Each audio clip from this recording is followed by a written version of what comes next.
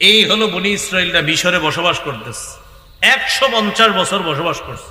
মাশাআল্লাহ, ভালো তাওহীদ, আল্লাহকে বিশ্বাস করে এরকম আছে। 150 বছর পর তাদের উপর হামলা চললো। ফারাও সাম্রাজ্য আছে একটাই, ফারাও সাম্রাজ্যের প্রতিষ্ঠাতা, তার নাম হলো আহমুস। আহমদ না, আহমুস। কি নাম? আহমুস। এই ফারাও সাম্রাজ্য বনি ইসরাইলের উপর হামলা চালাইছে, তাদের উপর আক্রমণ অত্যাচার করছে 300 বছর। হামলা সইতে সইতে এক পর্যায়ে বনি ইসরাইলদের মাঝে খারাপই চলে আসছে, তাদের মাঝে হিংসা, বিদ্বেষ, পরশ্রীকাতরতা, লোভ লালসা চলে আসছে, যেটা বর্তমান ইহুদিদের মধ্যে আমরা দেখতে পাই। এদিক সেদিক তাকাইলে বুঝবেন না, পুরো আলোচনাটা বুঝেন। আমি কিন্তু আপনার 3 নাম্বার পয়েন্টে আছি যে কোরআনে বর্ণিত পবিত্র বরকতপূর্ণ জায়গা হলো ফিলিস্তিন। একটু মাথাটা ঠিক রাখেন।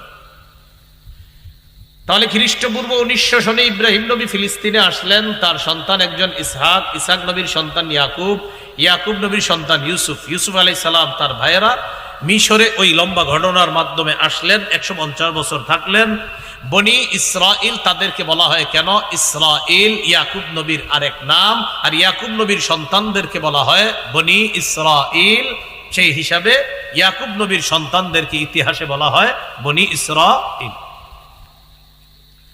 তো 300 বছর তাদের উপর হামলা চলার পর তাদের মধ্যে খারাপই চলে আসলো। এইভাবে তাদের মাঝে আপনার শিরিক চলে আসছে, তাদের মধ্যে আল্লাহর তাওহীদ যে একত্ববাদে বিশ্বাস, এটা চলে গেল। নাউজুবিল্লাহ বলেন। খ্রিস্টপূর্ব 1250-এ তাদের মাঝে মর্যাদাপূর্ণ একজন নবীর আগমন আল্লাহ ঘটালেন, তার নাম মূসা আলাইহিস সালাতু ওয়াস সালাম। কি নাম? মূসা আলাইহিস সালাম।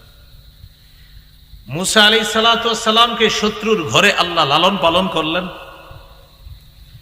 মূসা আলাইহিস সালাতু ওয়াস সালামকে নবুয়ত দেওয়ার পর ফেরাউনের বাহিনী সর্বশেষ প্ল্যান করলো মূসা নবীর বাহিনী, ইমানদার যারা, তাদের উপর হামলা চালাবে।